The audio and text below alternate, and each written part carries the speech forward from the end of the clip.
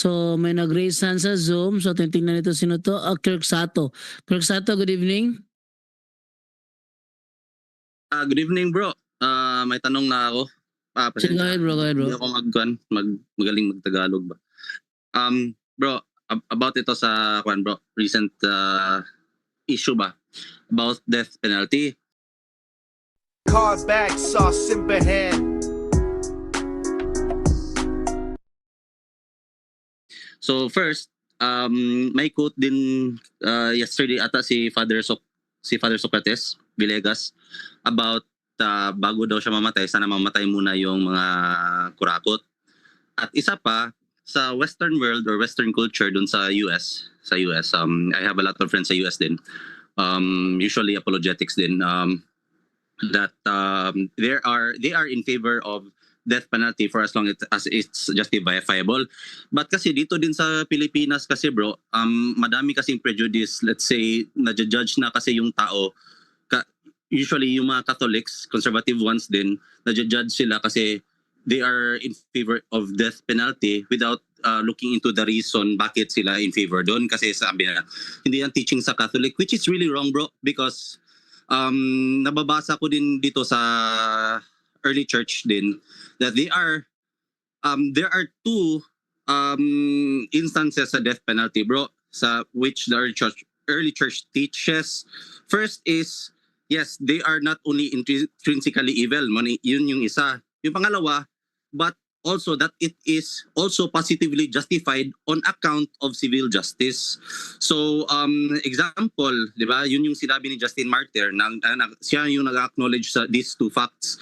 Then may nababasa din ako sa Vatican's document, Donum Veritatis, that it is contrary to the truth to believe that the magisterium, even in its non-definitive capacity, can be habitually mistaken in its prudential judgments. So it is simply a fact that the Catholic magisterium has historically, habitually ruled in favor of the death penalty as a just and fitting punishment for certain crimes. Diba? Sabi, let's say, example sa Middle Ages, when we talk about heresy, yung hatol talaga ng Catholic Church is death penalty. But ilalagay muna nila sa civil. So they let the government decide.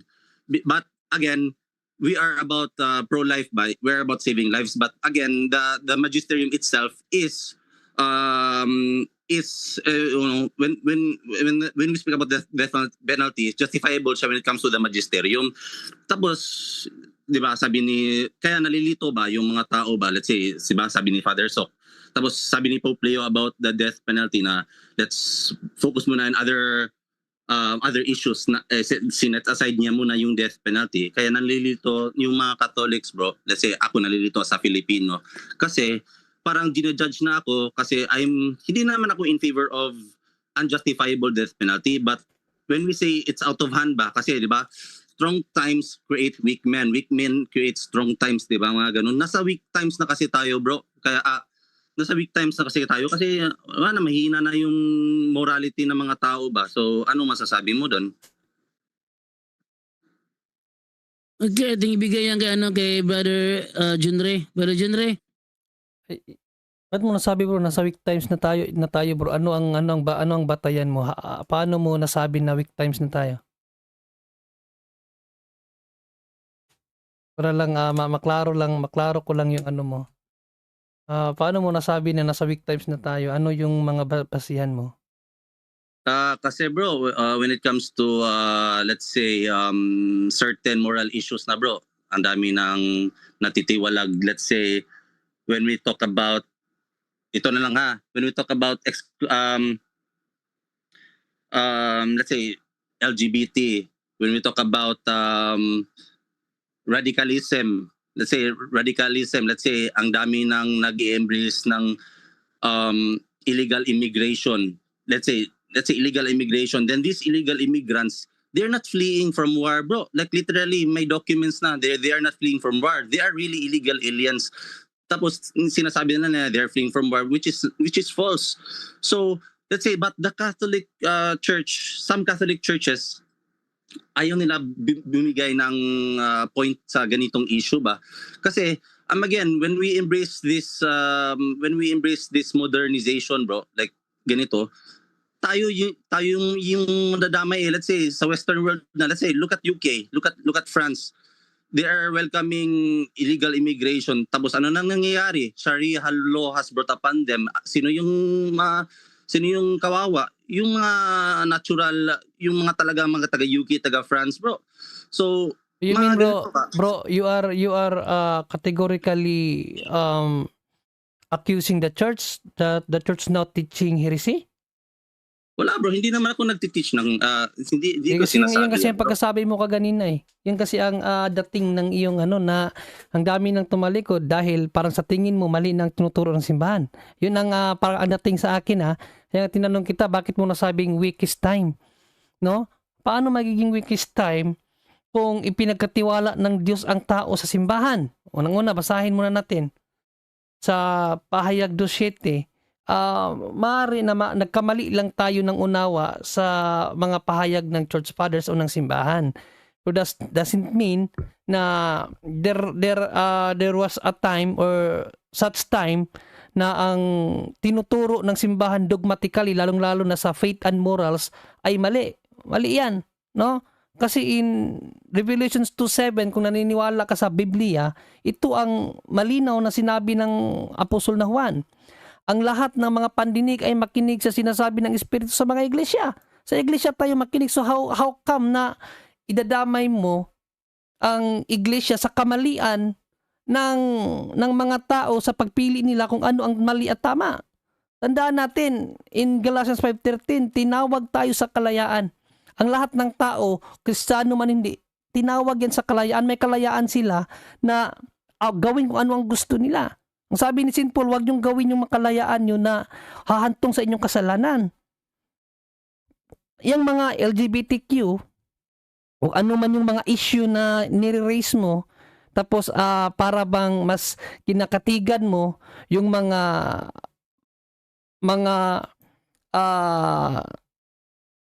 pinili ng mga iba na against sa church, mas doon ka pumanig sa against sa church dahil hindi nila gusto ang stand ng church. So, ikaw ang nagkakamali, hindi ang simbahan diyan. No? Kasi hindi naman. malinaw sa Bible saan tayo ipinagkatiwala ng Espiritu Santo na makinig? Sa simbahan.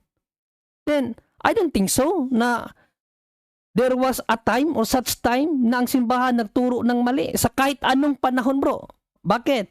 Ayon kay St. Paul, no? Kasi ang always nating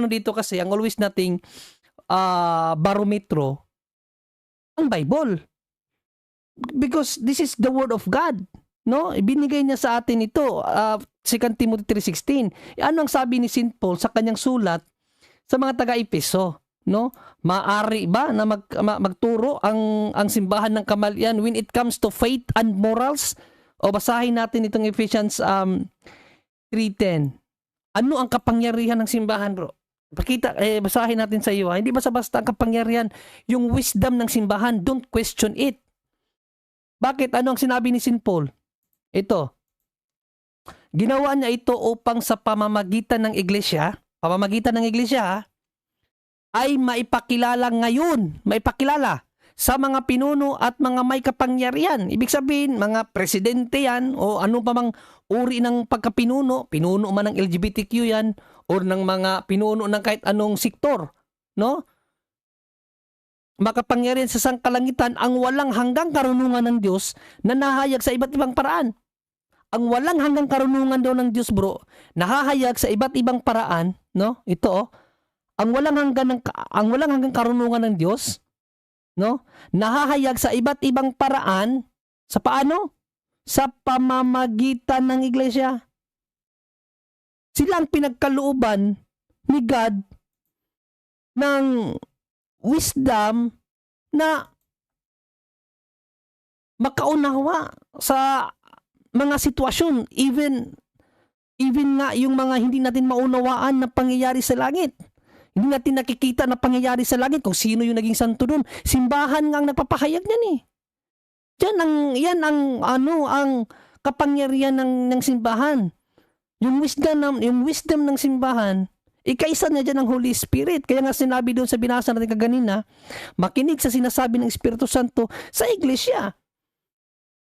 Ngayon kung when it comes doon sa okay, sige, sige, pakinggan muna kita bago kita sagutin doon sa issue ng death penalty. Sige bro. Thank you ha.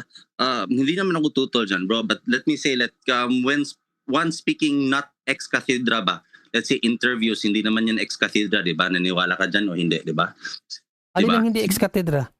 Yung interviews lang, yung television interviews. Yes, based on opinion diba? yan. Yes, based Based on opinion yan. So, you believe that yung recent interview ni Pope Leo, based on his own opinion lang, not based on the magisterium of the church? Depende kung ano ang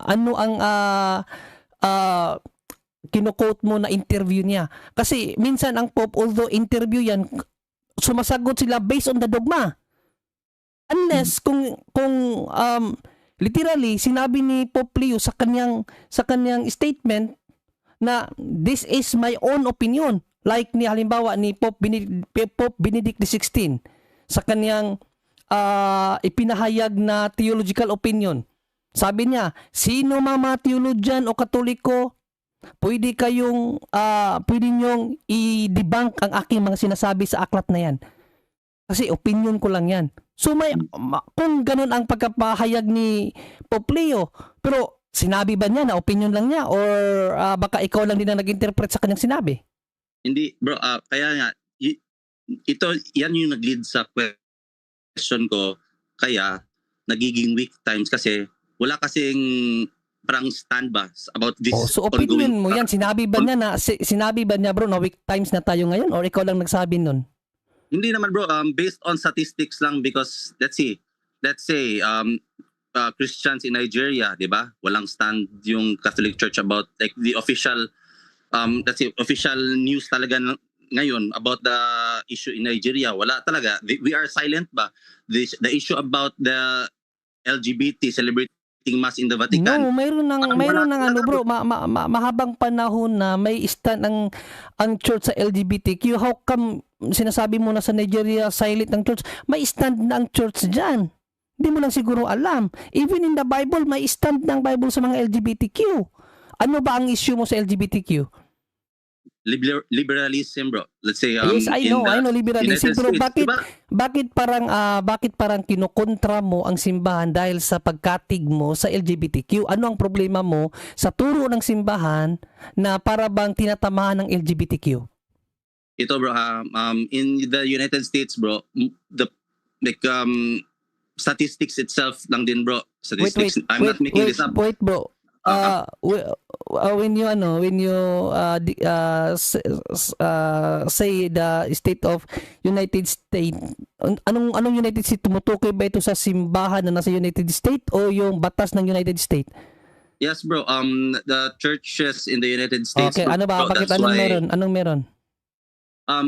Kasi let's say like some churches are conservative, pero yung iba talaga bro, they're like not promoting, but they're just being silent. They're like, okay lang yun, gawin nyo lang yung anong gusto nyo. That's why they're more leaning into pro-choice, not pro-life. Okay, if you get bro, the point ba? They're into pro-choice because of wala tayong bawal ang ganyan. Kasi bro, galing ako sa Japan. In Japan bro, we are really strict with discipline. Ganito, bro. The church in Japan is really strict with Yes, discipline. bro. But Wait lang. Ganito. Huwag mong idamay ang kamalian ng ibang yung sinasabi mong silent na mga obispo, no, or mga kaparian sa Amerika sa view ng simbahan. Ang simbahan bro, never yan nagsabi na bahala na sila. Hindi. Kung maalala mo sa panahon ni Pope Benedict XVI, siguro hindi mo nalaman, ang daming pinagtatanggal na obispo sa German at sa Amerika. Pinagtatanggal ni Pope Francis. Bakit? Pinabura na nila ang LGBTQ. Tama na may mga obispo na pabor sa LGBTQ. Tama, may mga obispo na walang pakialam sa LGBTQ. Pero hindi yan ang stand ng simbahan. Ang stand talaga ng simbahan against yan sa LGBTQ. Kung maalala mo, kung siguro hindi mo nalaman, no? Ang daming pinagtatanggal ni Pope Francis ng mga obispo. Dahil kinatigan na nila ang LGBTQ. Alam mo bang balita na yan o hindi? Yan bro, I'll check into it. Oh, so Pero, alamin mo yeah. muna yan, huwag kang mag-agad mag-judge kung hindi mo nalaman ang kabuuan tapos mag-base ka lang sa opinion ng isang obispo. Wag sa simbahan ka mag-view. Yung mga kaobispuhan bro, although part sila ng magisterium, they are not the whole. Okay? Kung mayroon silang opinion na sa tingin mo mali, i-check mo kung ano talaga ang kabuuan na paniwala ng simbahan when it comes to LGBTQ. Kung pabor ba ang simbahan sa kanila? No. Lalo na si Pope Leo ngayon, napaka-bulgar niya sa issue na yan. Against talaga siya dyan. Ang simbahan, maybe hindi kailanman sinabi ng simbahan na mayroon ng kalayahan ng mga LGBTQ sa kanilang kahalayan. Kasi even in the Bible, kahalayan yan. Kahalayan yan sa banal na Biblia. Deuteronomio 22:5. Karumal-dumal kay Yahweh ang sino mang babae o lalaki na magdadamit na hindi ayon sa kanilang kasarian. Karumal-dumal kay Yahweh yan. Hindi naman yan binali ng simbahan. San Pablo sa kanyang aral, tinuligsan na ni San Pablo yan, yung mga gawain na pakikipag-apid sa mga lalaki at babae, tinuligsan ni San Pablo. Even sa kanyang sulat sa unang Korinto, tinuligsan ni San Pablo yan. Sinabihan pa nga niya na hindi kailanman makakapasok sa langit ang sino mang lalaki na nakikiapit sa kapwa lalaki o sino mang babae na nakikiapit sa kapwa babae. Aral ng simbahan yan. Bakit parang inaano mo ang simbahan dahil lamang sa ibang mga obispo na para bang nakikiisa na sa mga LGBTQ? Hindi yan ang stand ng simbahan. Kasi ito kasi Balikan yung mo answer ko ano, dun. balikan mo ang panahon ni Pope Francis. Ang dami niyang nilihim kasi yan. Nilihim yan, sa totoo lang. Hindi masyado yung ipinalabas. Pero ang dami niyang tinanggal ng mga kaobispuhan sa Germany at sa Amerika dahil sa issue ng pagpanig sa mga LGBTQ. Ito kasi bro, based on experience, diba? May mga relatives kasi ako, let's say, they are Catholic din. But they're sharing misquotations ba, like, which is really quotes good talaga. But they're sharing these quotes, misquoted it themselves lang. They are married gay couples, male to male talaga, married sila sa labas ng simbahan. But they are like promoting this, sharing quotes from the Pope, quotes from Pope Francis din, mga ganito, which is really sad ba? Kasi, di ba, kasi wala talaga, mahirap, kahit ako, nahihirapan ako mag-message, baka, di ba, anong mangyari, masira yung relationship namin. So, parang ako, dito ako nagsalita kasi para madinig din ng iba ba, kasi mahirap kasi pag ikaw lang magsalita, di ba? Bring it to the church. Yes. Dinala ko sa inyo. Tapos, Hindi kami ang church oh, hindi bro.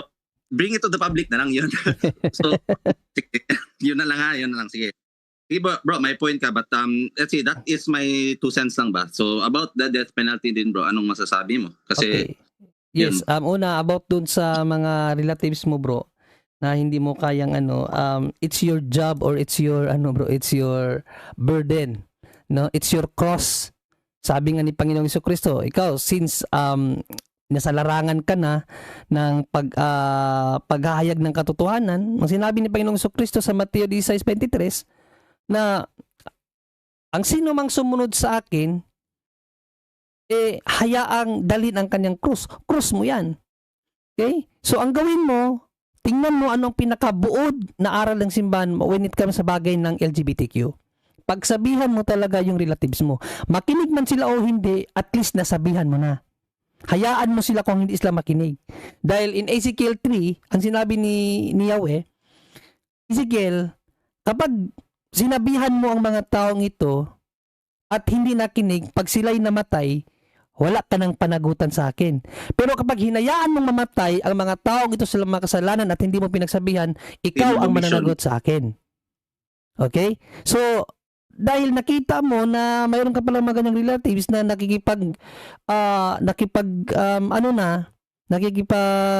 sabi mo nga, nagpakasal na sa ibang ano, kasi wala naman kasi sa simbahan talaga yan, no? Sabihan mo talaga. No, sabihan mo talaga sila na mali yung ginawa nyo. Basahan mo ng Biblia. Deuteronomy 22:5, 1 Corinthians 6:19, and Romans 1:26-27. Okay, yan ang mga pahayag ng Biblia na against sa LGBTQ. Okay, or Oo, sa same-sex marriage. Basahin yan sa kanila. Last react lang nakuha ko eh. Ginawa ko na yan, bro. Last react lang nakuha ko. Ang Pero dami pa nila nasabihan mo na sila. pinagtutulungan pa ako. Nasabihan mo na sila.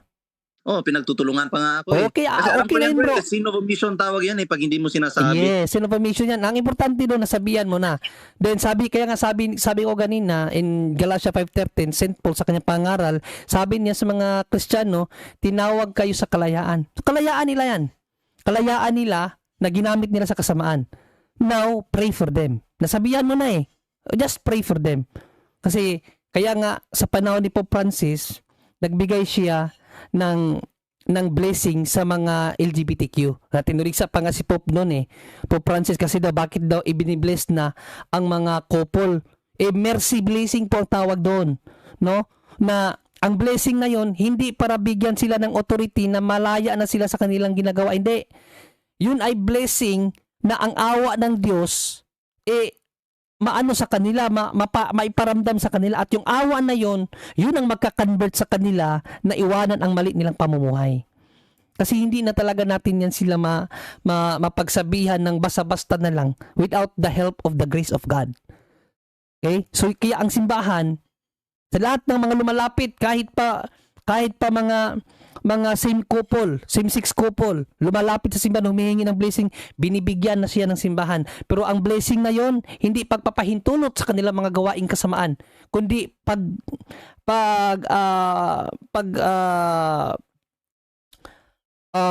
paghingi ng biyaya sa Diyos na ang couple na ito bagkus namuhay sa kasalanan, no? Yung habag nawa ng Panginoon ay maramdaman nila at kanilang mapagtanto na mali ang kanilang gawain at bumalik sila sa tunay na kalooban ng Diyos.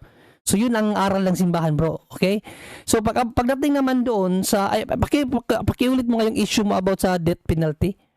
Kasi bro, sa death penalty, di ba, Pope Leo said like a week ago about death penalty. Sabi niya na wag muna natin focus natin muna yung mga immigrants, how they are treated, mga ganito kasi about ito sa issue yung nagpumatay kay Charlie Kirk ba. So Yes. like the state of Utah has succeeded into getting him into the death penalty. Tapos may interviewer, alam mo naman yung media talaga. So they are, sabi nila, anong masasabi mo, ganito. Tapos iba yung sinabi ni Pope. And ito naman si Father Socrates Villegas, sabi niya, di ba, Okay. sa homily niya, Nabasa ko rin sana kay mamatay Father. muna yung, di ba? Bago siya mamatay, sana mamatay muna yung mga, di ba? The word itself, sana, I am hoping na mamatay muna yung mga kurakot. So, again, pag ako, if I'm a lukewarm Catholic or I'm just a listening Catholic, sabi ko, di ba, sabi ng iba, bad yung death penalty, tapos kakasabi ko lang na ikaw naniniwala ka sa death penalty, tapos ganito. Kaya bro, kasi ako naniniwala ako sa justified death penalty talaga. Hindi yung in power lang, yung parang in power na pwede na ka na mamatay without due process. Naniniwala ko talaga ako sa justified death penalty kasi it's a form of like it's not discipline but it's a form of justice din talaga ba, positive good terms in justice of justice. Kasi may document yan sa Vatican, Donum Veritatis. Yes. Brad John Ray, Okay, yes, Brother Wendell. Go ahead, Brother Wendell. nabasa ko yung pahayag ni Archbishop So. Ang Villegas. konteksto diyan, iba sa nasa isip niya dahil death penalty. Kung death penalty, dapat Batas kasi yun eh. dapat ang pahayag sana patayin ang mga kurakot. Di ba? Di naman yun ang konteksto. Sana patayin ang mga kurakot. Sana mamatay. Iba yung sana patayin, sana mamatay. So yung sana mamatay, ang konteksto diyan, na mahinto ang korupsyon. Correct. Ano yun, tawag para sa akin kasi bro, yun ay idiomatic expression. Yun ba? Pagpahatid yun ni Pope Biligas, ni Archbishop Biligas sa kanyang frustration sa nangyaring corruption ngayon na nabunyag sa ating bayan. Dahil 1.7 trillion daw Grabe. nawala. With expand of how Sa many years, corruption. Brother Wendell? 10? Ha? With expand of 10 years, no? More than. More than? Grabe. More than. So, Ito yung tanong ko. Pag ganito, let's say, if justified talaga na they are doing wrong, may corruption, pabor ba kayo sa death penalty? If Hindi ganito, nga pabor. Hindi nga pabor ang simbahan dyan, bro. Well, tama man yung sinabi mo na mayroong justify death penalty, no? Biblical man yan, even in the Bible. Pero ganito, bro. Yung mga justify kasi, Diyos mismo kasi ang nag-utos, no? Tandaan natin dito sa Deuteronomy 32:39, alamin ninyong ako ang Diyos. Oo, ako lamang. Maliban sa akin ay wala ng iba pa. Ako'y pumapatay at ako'y nagbibigay buhay. So ang may karapatan na magbigay buhay ang Diyos lang, at ang may karapatan na ang pumatay ang Diyos lang din. Na ako'y sumusugat at nagpapagaling din naman. Wala nang makakapigil anuman ang aking gawin. So yung mga justify, yung sinasabi mong justified death penalty, in accordance yun sa utos ng Diyos. Halimbawa dito sa 1 Samuel 15:1 to proceeding verse, basahin natin dito, no? Ito sabi dito, sinabi ni Samuel kay Saul, isinugo ako ni Yahweh. So si Yahweh nagsugo nito, upang hirangin ka bilang hari ng Israel. Kaya't pakinggan mo ang mensahe ni Yahweh. Ipinapasabi ni Yahweh na makapangyarihan sa lahat, paparusahan ko ang mga Amalekita, no? Tulad ng ginawa niya sa Israel nang ito'y inilabas ko sa Ehipto. Lusubin mo ang Amalek at lipulin silang lahat, meaning patayin silang lahat. Wasakin mo ang lahat nilang ari-arian at huwag magtitira kahit isa. Patayin mo silang lahat, babae at lalaki mula sa pinakamatanda hanggang sa sanggol. Kita mo, even mga bata pinapapatay ni Yahweh. Patayin mo rin ang kanilang mga baka, tupa, kamelyo at asno. Ibig sabihin, genocide talaga ang nangyari sa panahon na yan, sa panahon ni Saul, no? So, yan ang mga justified death penalty talaga dahil according sa utos ng Diyos. Sa panahon ni Solomon, ganun din, ang daming pinatay nila, lalong-lalo na sa labanan. Kasi even sa panahon natin, bro, even sa turo ng simbahan, may mga pagpatay na ipinapahintulot, self-defense. Halimbawa, ito mga pulis, kapag nasa bingit na sila ng kamatayan, pwede na nilang barilin yung kanilang kaharap. Justified justice yun, justified death yun, no? Dahil yun ang nasa batas, yun ang ibinigay o ipinahintulot ng Diyos na pwedeng gawin ng mga kapulisan. Ang barilin o patayin yung mga nagnanais pumatay sa kanila. Justified yan. Even tayo, sa turo ng simbahan, kapag nasa bingit na tayo ng kamatayan at wala na tayong ibang paraan, dahil papatayin ka, unahan mo na, patayin mo. Justified yan. Utos yan ng Diyos. Pero, nung si David, ang daming napatay. Justified yun kasi dahil sa gera. Ang daming niyang pinapapatay, di ba? Sa mga gera, ang daming pinatay ni David. Justified ba yun? Yes! Dahil dinipinsahan nila ang kanilang sarili. Dahil lilipulin sila ng mga kaaway nila. Justified yun.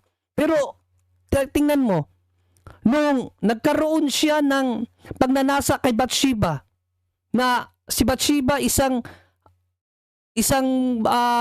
may asawa na general ni David. Anong ginawa ni David?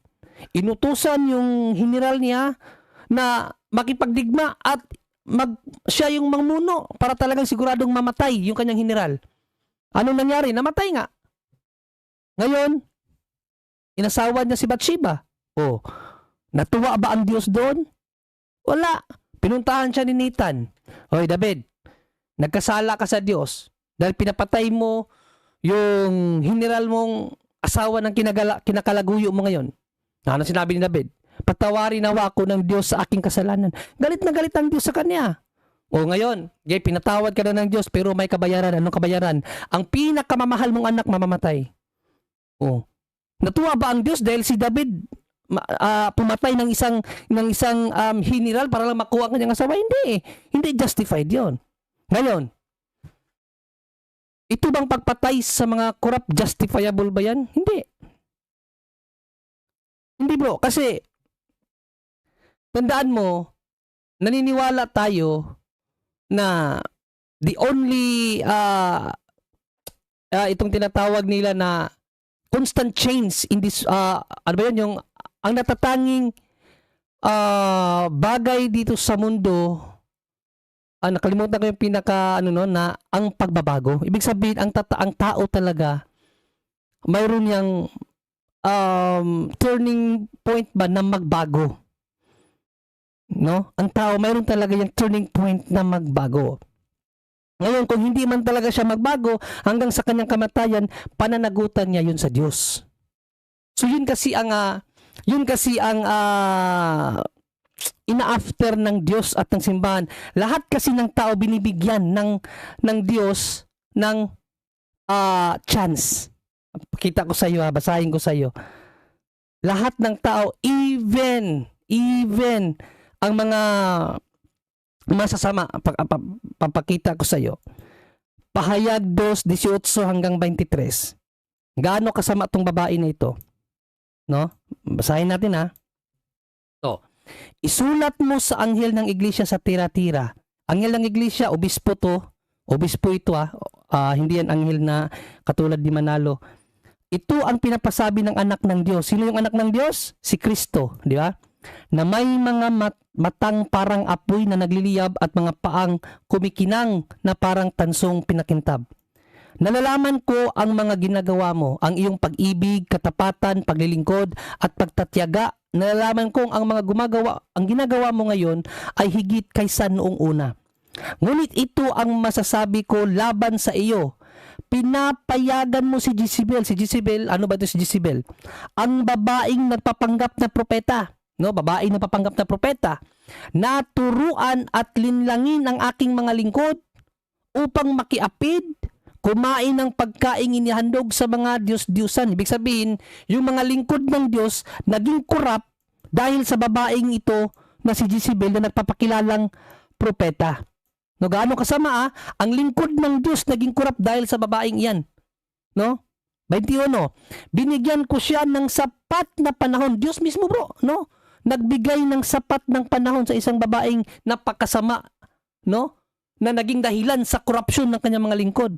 Binigyan ng Diyos ng sapat na panahon upang pagsisihan at talikuran ang kanyang pakikiapid. Ngunit ayaw niya. No? Kung ang Diyos nga nagbigay ng pagkakataon, ang mga tao pa kaya, di ba? Kaya nga magkakasakit siya ng malubha, pati ang mga kasama niya sa pangangalo niya. Darana sila ng matinding kapighatian kung hindi nila pagsisisihan at tatalikuran ang kahalayang ginawa nila sa piling ng babaeng iyan. Kita mo? No? Nagbigay ang Diyos.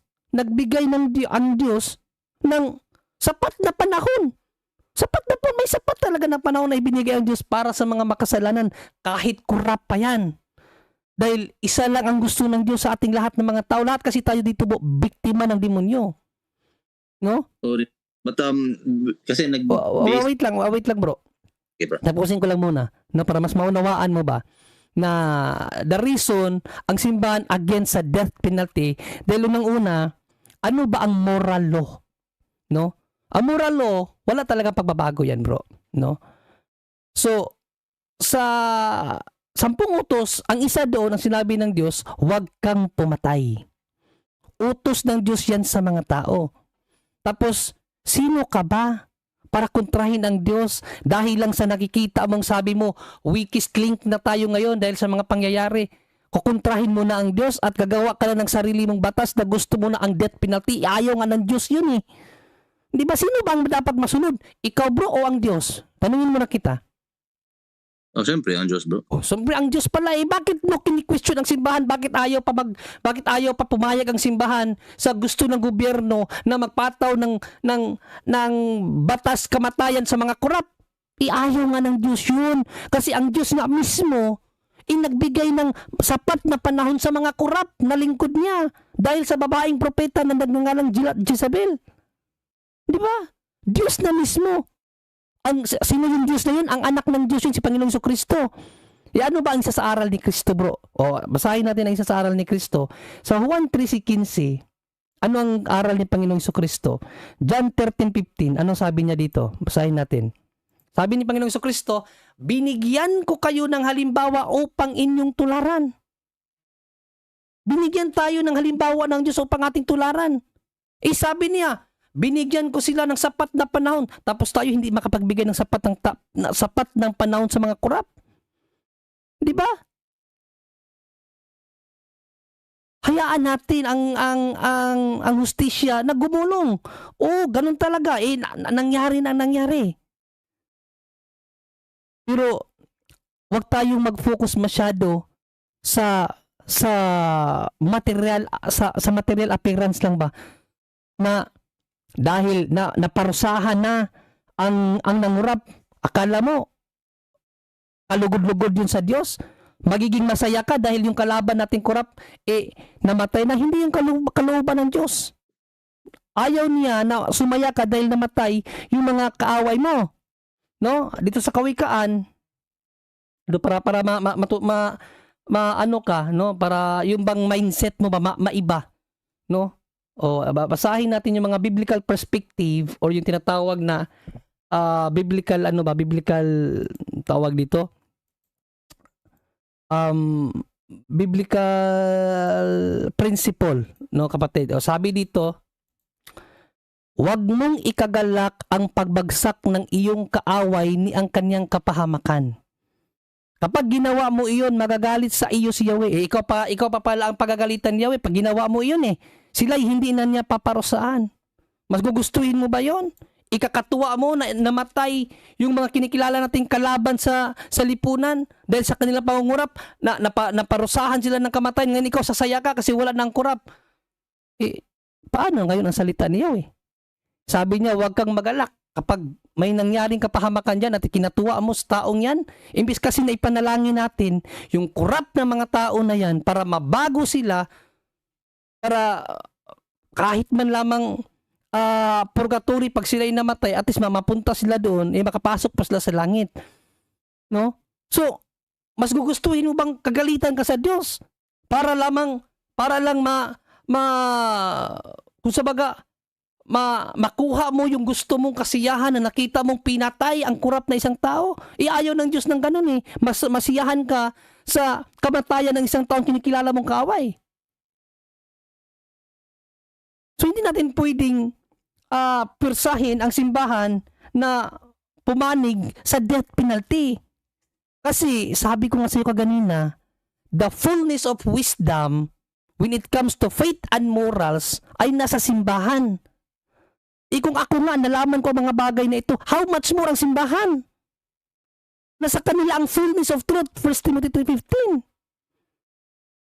Okay? Kaya nga, tinanong muna kita kaganina kung ano ba ang issue mo sa simbahan. Ba't sabi mo na sa Wikis link na? Pero naunawaan kita kasi doon ka tumingin sa mga particular bishop, particular priest na sabi mo nga, para bang nakipag-isa na sila sa mga LGBTQ, si Archbishop Villegas naman nagpahayag about sa kanyang frustration na ang aking wish ay mauna nang mamatay ang mga korap. So, dahil ba nagsabi ng ganon, ibig ba pangahulugan doon na gusto na ni Bishop Villegas na maipataw sa kanilang death penalty? Hindi. Bro, ang pagsabi o paghiling ng kamatayan, hindi naman yan totally illegal or kasalanan. Kung narinig mo ang ebanghelyo sa araw na ito, sa first reading, it's about Jonah, ang frustration ni Jonah laban sa Diyos. Di ba? Dahil inutusan tinawag ni God si Jonah, pumunta ka ng Nineveh. Sabihan mo ang Nineveh, 40 days pag hindi sila nagsisi sa kanilang mga kasalanan, aalisin ko sila sa mapa. Ayaw pa nga pumayag ni Jonah kasi alam niya ano ang ugali ng mga Nineveh. Imbis na pumunta siya sa Nineveh, pumunta siya sa Tarshish. So ano ginawa ng Diyos? Matigas ang ulo mo ha. Padalan kita ng bagyo, mahulog ka sa dagat, kainin ka ng malaking isda, iluluwa ka pa rin sa Ninive. So yun ang nangyari. So napilitan talaga siyang mag-preach doon sa Ninive. Isang araw hanggang sa kumunti ang panahon, nakita ng Ninive yung talagang seryoso si Jonah sa kaniyang pag-preach na pag hindi sila nagsisi, talagang gugunawin sila. Nakita naramdaman ng hari. Yang hari kasi, yun ang boses talaga ng mamamayan eh. So anong nangyari? Inutos ng hari na ang lahat ng mga Ninevians, mga Assyrian yun sila eh. Assyrian ba yun? No?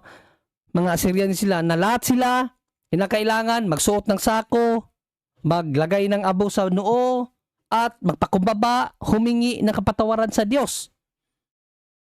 Dininig sila ni Yahweh. Hindi ginunaw. Hindi galit na galit si Jonah. Anong sinabi ni Jonah? Sa kanyang anger. Anger yan. Galit niya. Hindi ilang sa kung sino sa Diyos. Nagalit siya sa Diyos. Bakit? Para bang yung pride niya na pinapunta mo ako doon, pinapagsalita mo ako doon, tapos ipapahiya mo lang ako dahil hindi mo pala sila ginunaw. Sa Diyos pa siya Sa Diyos pa siya nagsalita ng mga ganyan. Anong sabi niya? Patayin mo na lang ako. Ano ang sabi ng Diyos sa kanya? Tinanong lang siya, are you anger? Dahil lang sa decision ko na hindi sila patayin? Dahil sa sila ay nagbago? Nagalit ka ba sa akin dahil dyan? Di ba? Tandaan mo, it's human human nature na yan, na minsan ang tao kapag nasa angerness, nasa emosyon na galit, makakapagsalita talaga tayo ng something bad, no? Pero hindi naman yun ang pakahulugan ni Bishop na bitayin na yung mga corrupt na yan. Hindi naman ganun. Sabi ko nga, for me, kasi alam ko na yung mga obispo, alam nilang aral ng simbahan. So that is quite kind of idiomatic expression, pagpapahayag lang yun sa kaniyang frustration dahil sa corruption na nangyari sa Pilipinas. Pagpapahayag lang yun. That's not big deal, kapatid. No? Wala yung kinalaman sa pagpayag or pumapayag ng simbahan ngayon sa death penalty. Hindi yan mangyayari.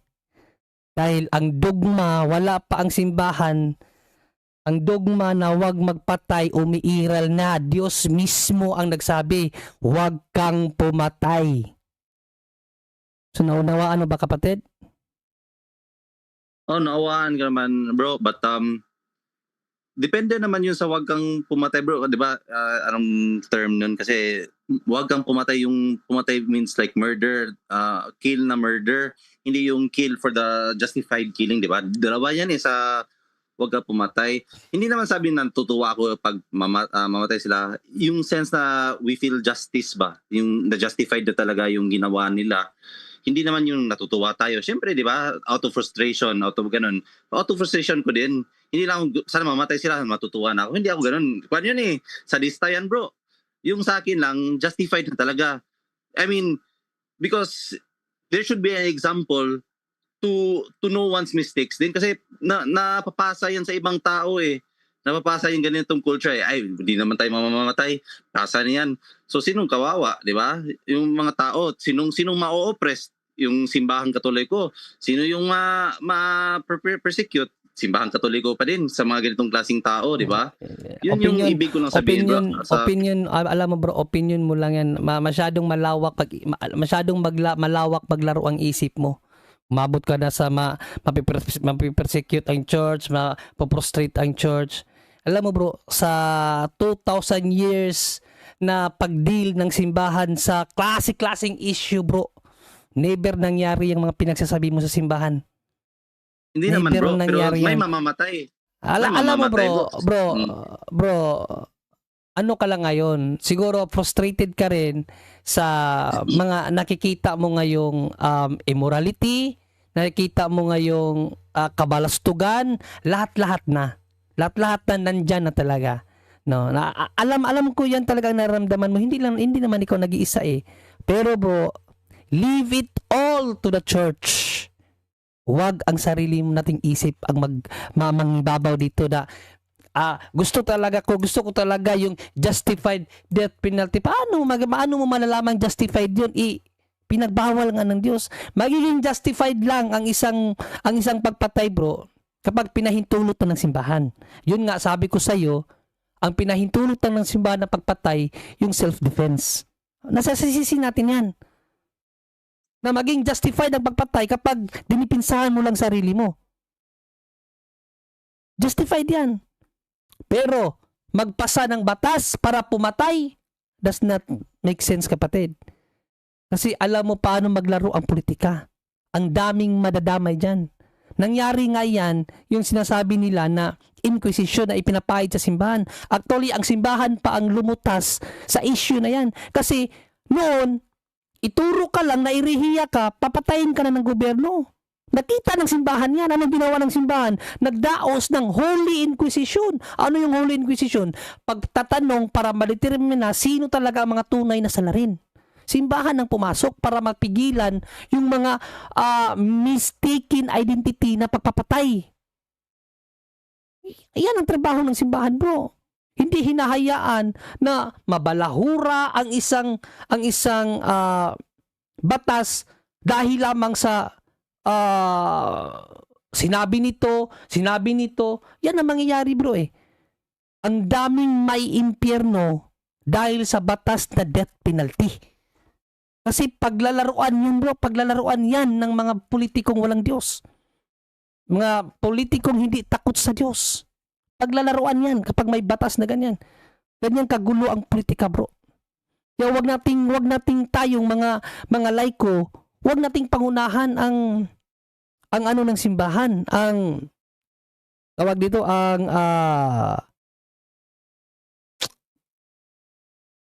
ang prinsipyo, ang view, or ang desisyon ng simbahan pagdating sa pagpataw ng death penalty, kapatid. Kasi magkakasala tayo niyan, bro.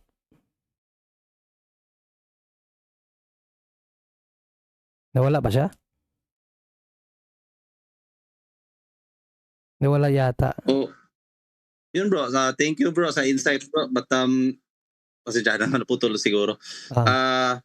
Hindi din, I'm not saying na yung nagbe-base din ako yung sa document ba na, again, sinabi ko, death penalty is morally intrinsically evil or justified. Diba? Dalawa yun. I think medyo tayo nagpo-focus sa intrinsically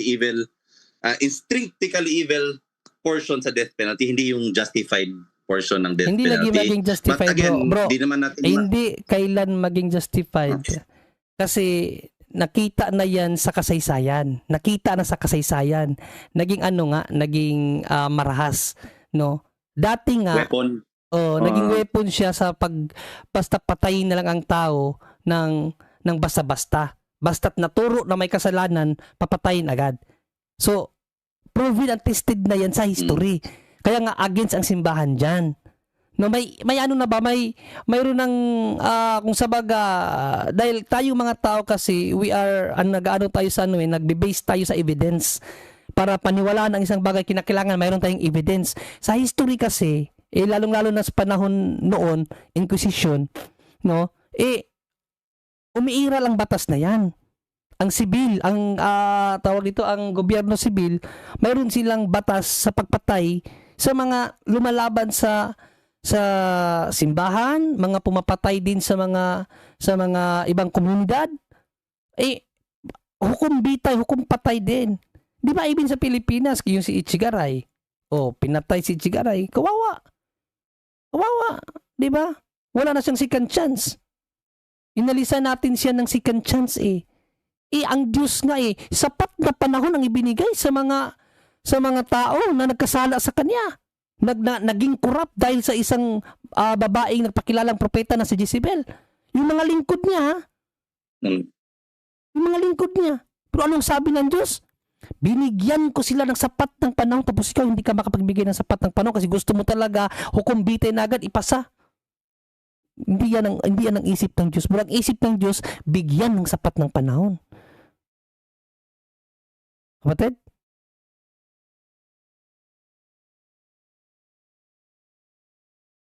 Bro? Ano, wala na siguro siya. Nandiyan sa bro dyan rin sa salita siguro po. So, okay na yun, bro? Kurt Saito? Okay na. Oh, okay. Oh, bro. Thank you. May mga insights din ako, but again, I'm not closing man. Hindi naman din ako mga kuan ba, because like let's say like you said, it's a wider context ba. Medyo debatable talaga to. Bro, But parang ayaw mo pa rin maniwala, no? ay, naniwala ako. Ito Bro, na lang, naniwala. huling paalala ko na lang sa iyo, bro, no? Kasi tayo talaga dapat makinig tayo sa Diyos, no? Makinig tayo sa Diyos. Mateo 17:1 hanggang 5, ang sinabi ng Diyos Ama, ito ang pinakamamahal kong anak, makinig kayo sa Kanya, makinig tayo kay Kristo. Okay, ito ang sinabi ni Panginoong Jesucristo sa kanyang simbahan, bro. Bigyan kita ng 2 talata, Yes, bro. para ilagay mo ang iyong tiwala sa simbahan, hindi sa iyong sariling filosofiya, sariling paminsar, ano ba paminsar sa Tagalog? Sarili mong kalkulasyon ba, no? O sarili mo lang na mga pagresolba sa mga bagay-bagay, no? I-put your trust to the church. Okay? Ito, makinig ka kasi tinuturuan kita sa mga biblical principle para maitama mo yung mga suliranin mo, no? Kasi suliranin mo yan kung paano mo itatama ang isang mali, no? So, tinuturuan kita ng mga biblical principle kasi ito ang sinabi ni Panginoong Jesucristo, bro, sa simbahan niya, no? Kung ang Diyos, napakalaki ang tiwala sa simbahan, bakit ayaw mo magtiwala sa simbahan? Yan kasi ang question dyan. So ito, sabi ni Panginoong Jesucristo sa simbahan, ang nakikinig sa inyo, meaning dito ang kanyang simbahan, ay sa akin nakikinig. Ang nagtatakwil sa inyo, sa simbahan, ay sa akin nagtatakwil. Ang nagtatakwil sa akin ay nagtatakwil sa nagsugo sa akin. Ngayon, kung pilit mong ibabaluktot ang prinsipyo ng simbahan na no to death penalty, parang hindi ka nakinig sa Diyos. Yan ang implication yan, bro. Tapos ang problema nito, sa Mateo 10:14-15, yung mga hindi maniniwala sa simbahan, ito ang magiging kahihinatnan. Okay? Ito ang magiging kahihinatnan. At kung ayaw kayong tanggapin o pakinggan sa isang tahanan o bayan, umalis kayo roon at ipagpag ninyo ang alikabok sa inyong mga paa. Tandaan ninyo, sa araw ng paghuhukom ay higit na mabigat ang parusang igagawad sa mga mamamayan o mga tao ng bayang iyon kaysa parusang dinanas ng mga taga-Sodoma at taga-Gomora. So, ang consequence, bro, no, sa katigasan nating ulo kasi parang feeling natin tama tayo, mali ang simbahan. Pagdating ng araw ng paghuhukom, mas grabe ang ipapataw na parusa ng Diyos sa mga taong hindi nakikinig sa simbahan kaysa parusang ibinigay niya sa Gomora at Sodoma. No? Kung titingnan mo sa Bible, ang Sodoma at Gomora, pinaulunan yun ng Diyos ng apoy, bulalakaw, sinunog lahat. Ang sabi ng Diyos, ang hindi makikinig sa iglesia, mas higit pa ang gagawin ng Diyos sa taong ayaw magtiwala sa simbahan, ayaw makinig sa simbahan. Kaya nga dito sa Galatia 2:7, napakalinaw dito Saan daw tayo makinig?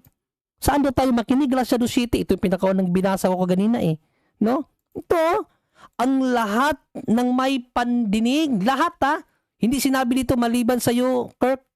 Lahat. Ang lahat ng may pandinig ay makinig sa sinasabi ng Espiritu sa mga iglesia. Sa iglesia tayo pinaparinig. Ano ang boses ng iglesia, bro? Yan ang boses ng Diyos. Huwag mong kontrahin. Dahil tinitingnan mo ngayon, nasa Wikislink na talaga tayo ngayon dahil sa ganito, yung mga obispo, yung ganito. Opinion mo lang yan. Opinion mo yan. Leave it to the church. Tandaan mo uli ang sinabi ni St. Paul, ang walang hanggang karunungan ng Diyos, walang hanggang karunungan ha, maipapahayag sa iba't ibang paraan sa pamamagitan ng iglesia. Magtiwala ka sa simbahan, bro. Yes, bro. God bless, bro. God bless. Maraming salamat. Card back, saw Simbahan.